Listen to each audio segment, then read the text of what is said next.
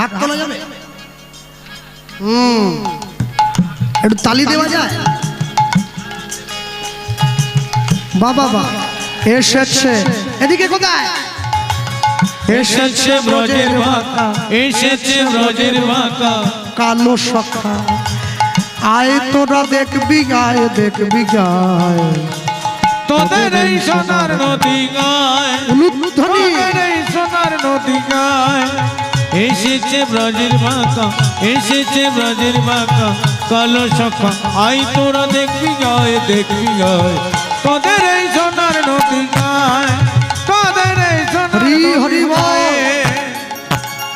রং ফিরেছে, ঢং ফিরেছে, রঙ ফিরেছে, ঢং ফিরেছে, তার রং ফিরেছে, ঢং ফিরেছে, তার রঙ ফিরেছে, ঢং ফিরেছে। ও গো কালো এখন চেনা দায়। এসেছে, এসেছে ব্রজের বাঁকা কালো সখা। আয় তোরা দেখবি গায়, দেখবি তাই গায় গৌর হরি তোদের এই সোনার নদী গায়, তোদের এই সোনার নদী গায়, তোদের এই সোনার নদী গায়। তার কালো বরণ নাই, কালো বরণ নাই, ও গো রাই অঙ্গে অঙ্গ মেখে গৌর হলো তাই। ও তার কালো বরণ নাই, রাই অঙ্গে অঙ্গ মেখে গৌর হলো তাই। তার কালো বরণ নাই, রাই অঙ্গে অঙ্গ মেখে গৌর হলো তাই। এবার ব্রজের ধুলো খেলা, প্রেমের খেলা খেলতে এলো নদিয়ায়, নদিয়ায় তোদের এই সোনার নদী গায়, তাই গৌর হরি হরি নদী গায়। এসেছে ব্রজের বাঁকা, এসেছে ব্রজের বাঁকা কালো সখা। আই তোরা দেখবি গায়, দেখবি গায় তোদের এই সোনার নদী গায়, তোদের এই সোনার নদী গায়, তোদের এই সোনার নদী গায়। শ্যাম রাধা প্রেমে ঋণী হয়েছে, ওগো হাতের বাঁশি কেড়ে স্বামী বিদায় দিয়েছে। রাধা প্রেমে ঋণী হয়েছে, হাতের বাঁশি কেড়ে নিয়ে স্বামী বিদায় দিয়েছে। এখন বাঁশি নাই আর সাধবে কিসে, হাত তুলে তাই গুণ গায়, প্রেম গায়। তোদের এই নিতাই গৌর হরি বল। তোদের এই সোনার নদী গায়। এসেছে ব্রজের বাঁকা, এসেছে ব্রজের বাঁকা কালো সখা। আই তোরা দেখবি গায়, দেখবি গায় তোদের এই সোনার নদী গায়, তোদের এই সোনার নদী গায়, তোদের এই সোনার নদী গায়ে। এই মহাজন পদ যার লেখা, তিনি অন্য কেউ নয়, মালদা জেলা রামকেলি নিবাসী দাস বিশ্বরূপে কয়। হ্যাঁ, এটা বিশ্বরূপ দাস ঠাকুর মশাইয়ের পদ। এই বিশ্বরূপ দাস ভগবান মানতেন না, বলে তোমার গৌর কি আছে নাকি? আর যেই বলেছে ভগবান আছে কিনা, এই কথা বলা মাত্র নিজের স্ত্রী বলছে, শোনো, যদি গৌর সত্যি সত্যি থেকে থাকে, কালকে সকালে আমাদের বাড়ির সামনে যে পুকুরটা আছে না, পুকুরের জলটা চিনির মতো মিষ্টি হয়ে যায়। পরের দিন সকালবেলায় বিশ্বরূপ দাস গিয়ে সেই পুকুরের জল যখন মুখে নিয়েছেন, দেখছেন সত্যি সত্যি মিষ্টি হয়ে গেছে। সেই পুকুরের পাড়ে বসেই লিখলেন, দাস বিশ্বরূপে কয়। এমন হয় কি নয় আর হয়, দাস বিশ্বরূপী কয়। এমন হয় কি না হয়, ওগো সময় বুঝে ওই চরণ তলে সব সঁপে দিতে হয়। অবসময় ওই চরণ তলে সব সঁপে দিতে হয়। রাধার প্রেমের নাগর রসের সাগর প্রেম বিলাতে নদী যায় নদী যায় তোদের এই সোনার নদী গায় তাই গৌর হরিবল এসেছে ব্রজের বাঁকা এসেছে হা গৌর কালো চোখা আই তোরা দেখবি হয় দেখবি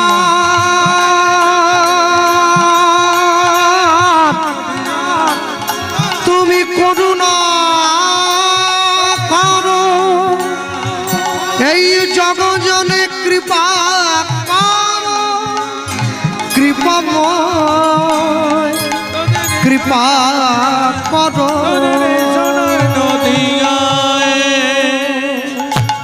আমি তোমার হলাম আমি তোমার গোলাম আমি তোমার হলাম আমি তোমার গোলাম আমি তোমার হলাম আমি তোমার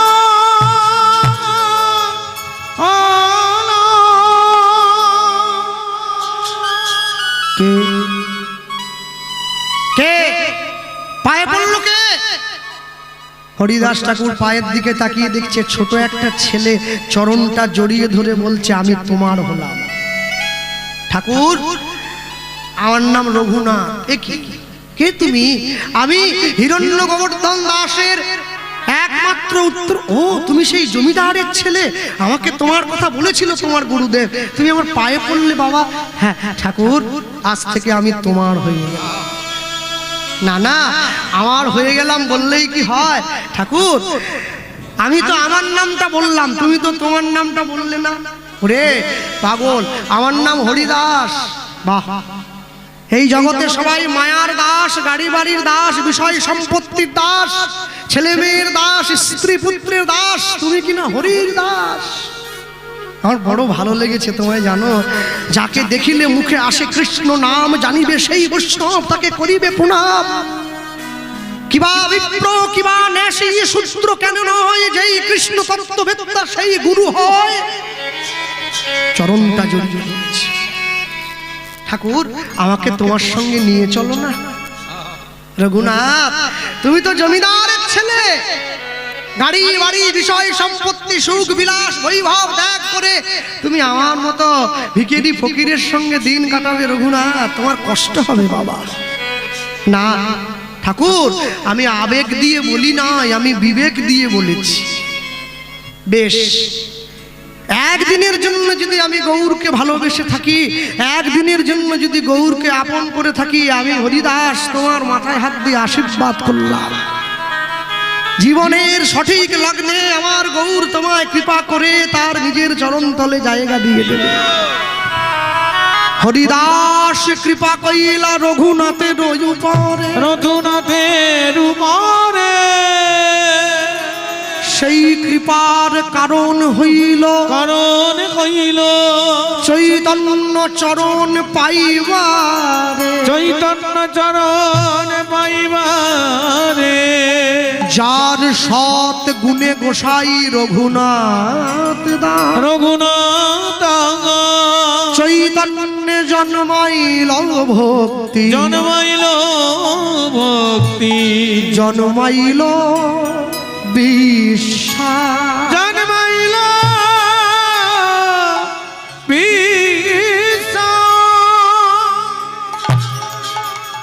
আচ্ছা উপযুক্ত জমিতে গাছটা পুঁতে দিলে গাছটা কিন্তু আর আটকে থাকবে না বড় হতে থাকবে হরিদাস ঠাকুর উপযুক্ত জমিতে গাছটা পুঁতে দিয়ে চলে গিয়েছেন মহন্তের স্বভাব হয় তরিতে পামর নিজ কার্য নাই তবু জান তার ঘর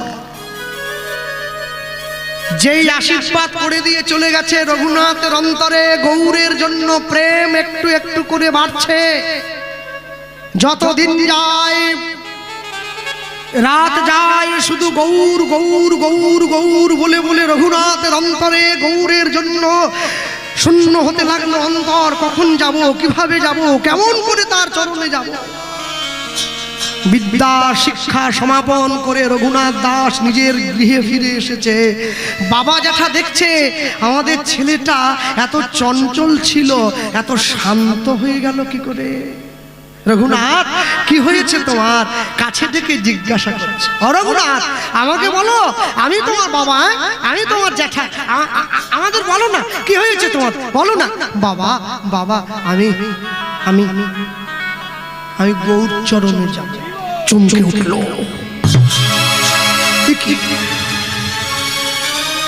কেউ না জানুক, বাবা মা তো জানে সন্তানটা কেমন করে এসেছে। মা জানে বাপ, আর মন চেনে পাপ। সন্তানের প্রকৃত বাবাকে এটা মা জানে, আর রাতের অন্ধকারে দাঁড়িয়েও পাপ করলে মন জেনে যায় কাজটা ভালো হয়নি, পাপ হয়ে গেল। বাবা জ্যাঠার মনে ভয় হলো, তাহলে কি আমাদের ছেলেটা সত্যি সত্যি ঘর ছেড়ে দিয়ে চলে যাবে গৌর চরণে? হ্যাঁ, চলে যাবে। আর না না না, রঘুনাথকে সংসারে ফেরাতেই হবে। রঘুনাথ, না বাবা, এই বয়সে এই কথা বলতে নেই বাবা। না না, শোনো শোনো, মনকে বিচলিত করো না।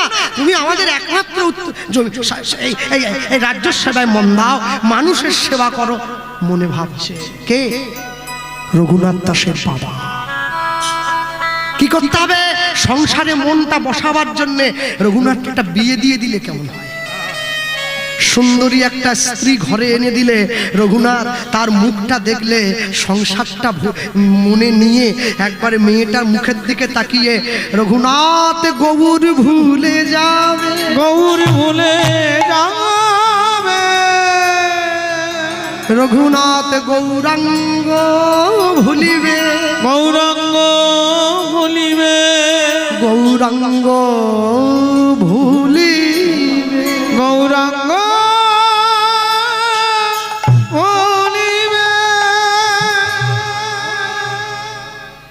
বঙ্কিমচন্দ্র চট্টোপাধ্যায় কপালকুণ্ডলা উপন্যাসে লিখেছিলেন, আমি তোমার সঙ্গ না ছাড়িলে তুমি আমার সঙ্গ ছাড়িবে কৃপকালে। হরিদাস ঠাকুর 22 বাজারে বেত্রাঘাত সহ্য করার পরও কি বলেছিল? হুজুর, আমি নাম ছেড়ে দিলেও নাম আমাকে ছাড়ে না। তুমি গৌরকে ছেড়ে দিলেও একবার চেষ্টা করে দেখো তো গৌর তোমায় ছাড়ে কিনা। হ্যাঁ, রঘুনাথের মনে বড় দুঃখ।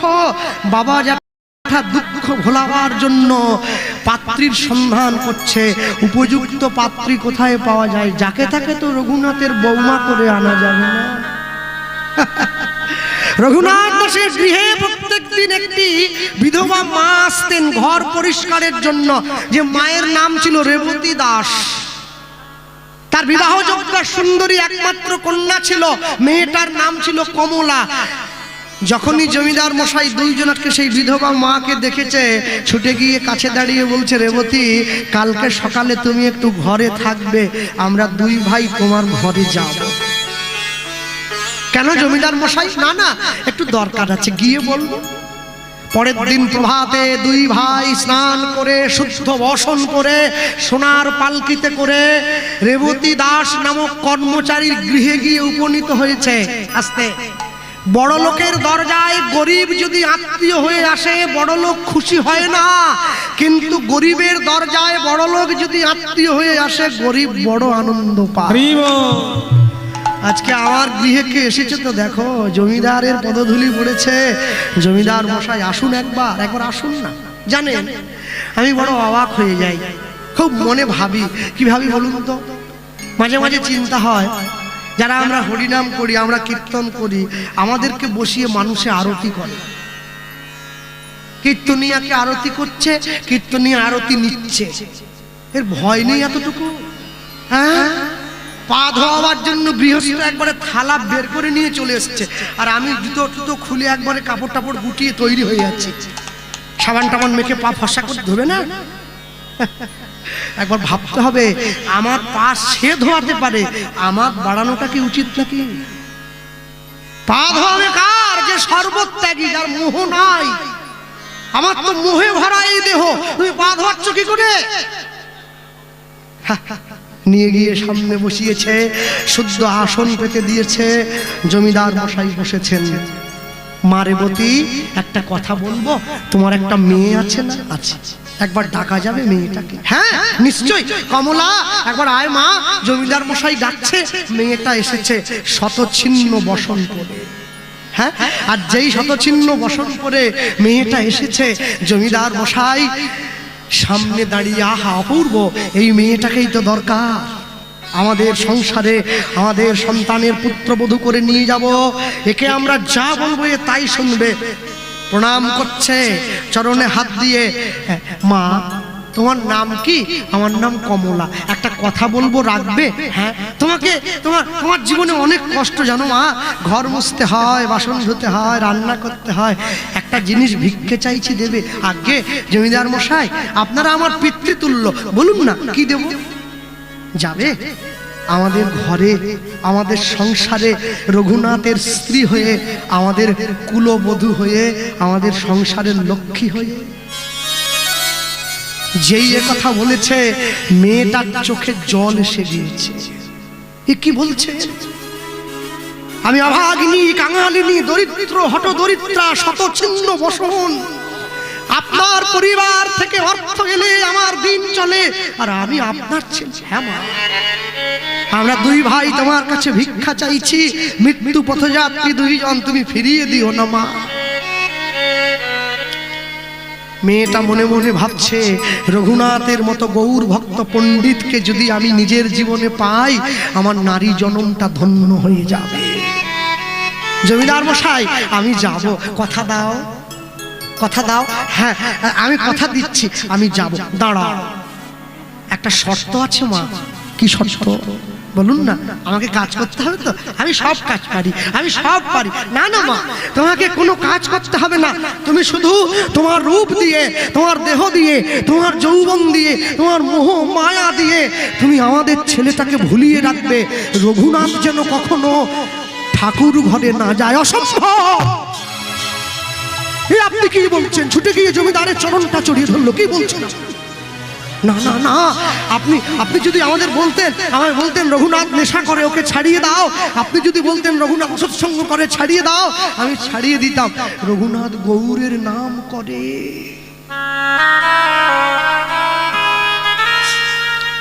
মদের নেশা, বিড়ির নেশা ধরলে কাউকে ছাড়ে, গৌর প্রেমের নেশা কাউকে যদি ধরে, তাকে কি রাখা যায় মায়ার সংসারে?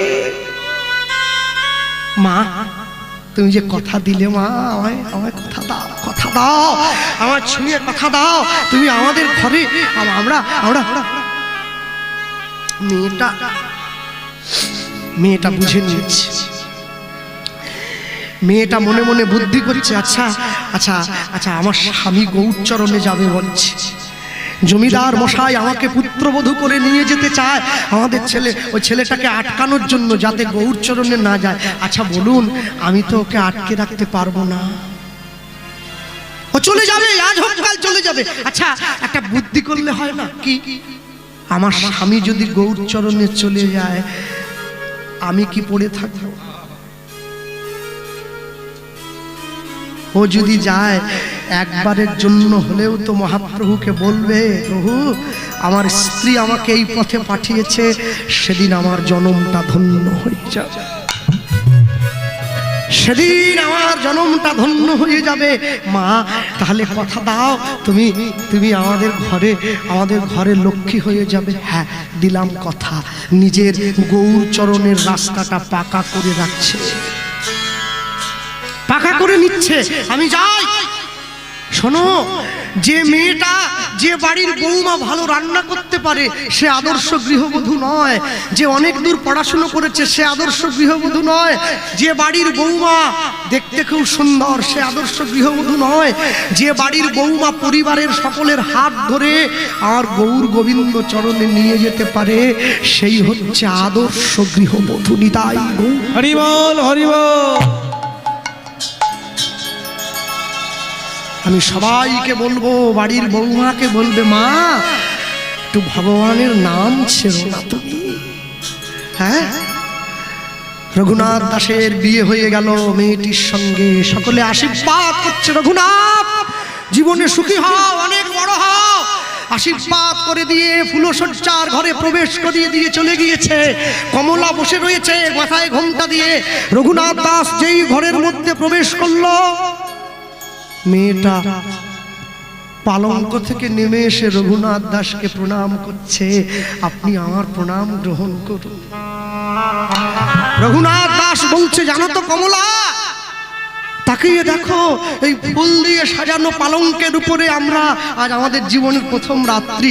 জানো তো, শোনো, মানুষ যেদিন ফুলের উপরে ঘুমায় তার ফুলশয্যা হয়, আর ফুল যেদিন মানুষের উপরে ঘুমায় তার অন্তিম শয্যা হয়। বলো তুমি কোনটা চাও? তুমি কোনটা চাও? স্বামী, আমি চাই কি জানো, এই ফুলটা মালা হয়ে আমার গলায় থাকবে সারা জীবন। রঘুনাথ দাস হাতটা বাড়িয়ে দিয়েছে, আমায় কিছু দেবে না ফুলশয্যার রাত্রিতে? তুমি তো জমিদার, তোমায় কি দেবো আমি? আমার কি আছে তোমায় দেওয়ার মতো? একটা জিনিস আছে, কি জানো, নারী জাতির জীবনের সব থেকে উল্লেখযোগ্য বস্তু হলো তার সম্মান। এই সৎ চরিত্র আজ থেকে আমি তোমার হাতে তুলে দিলাম। আচ্ছা, সব জায়গায় গাইতে চাই না, পরিবেশটা ভালো হলে তাই গাইছি। আমরা বিশ্বকবির ভাষা দিয়ে তো বলতেই পারি, এত কষ্টের মধ্যে দিয়ে বিশ্বকবির কথাটা মনে পড়ে না? মম জীবন যৌবন, অমর সৃষ্টি, মম জীবন যৌবন, মম অখিল ভুবন,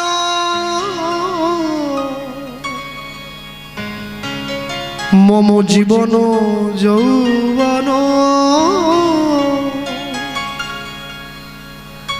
মম অখিল ভুবন,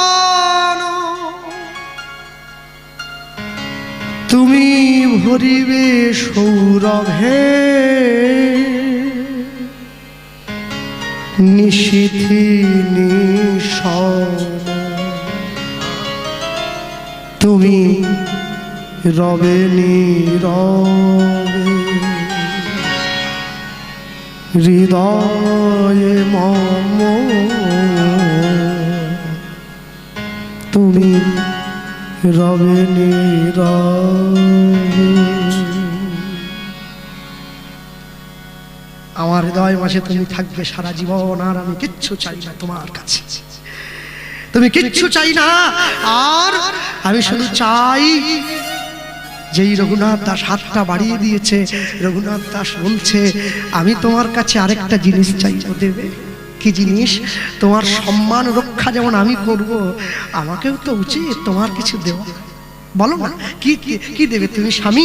কি আমাকে সোনা দানা দেবে, গয়নাগাটি? না, ওসব তো তোমার, সব তুমি নিয়ে নাও, আমার শুধু একটা অনুমতি দিয়ে দাও। কি অনুমতি?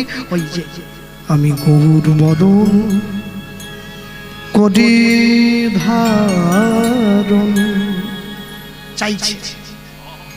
যত চাইছে রঘুনাথ দাসের স্ত্রীর পায়ের তলা থেকে মাটিটা সরে যাচ্ছে। যেই ভয়টা পেয়েছিলাম সেই ভয়টা চেয়ে বসলো। গৌর বরণ করি ধারণ রাখবো হিয়ার মাঝে, গৌরাঙ্গে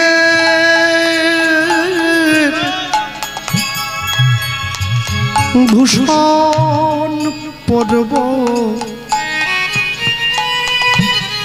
আমার যেখানে যা সাজে। গৌর বড় করি ধার রাখিব হিয়ার মাঝে, গৌরঙ্গে ভূষণ পরব,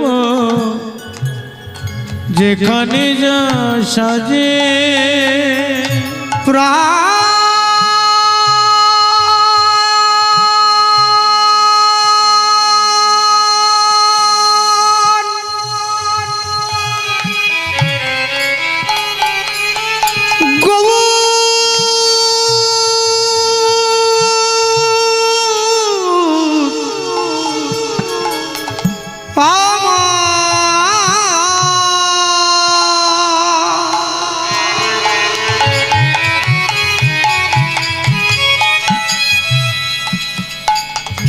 গোটায় আমার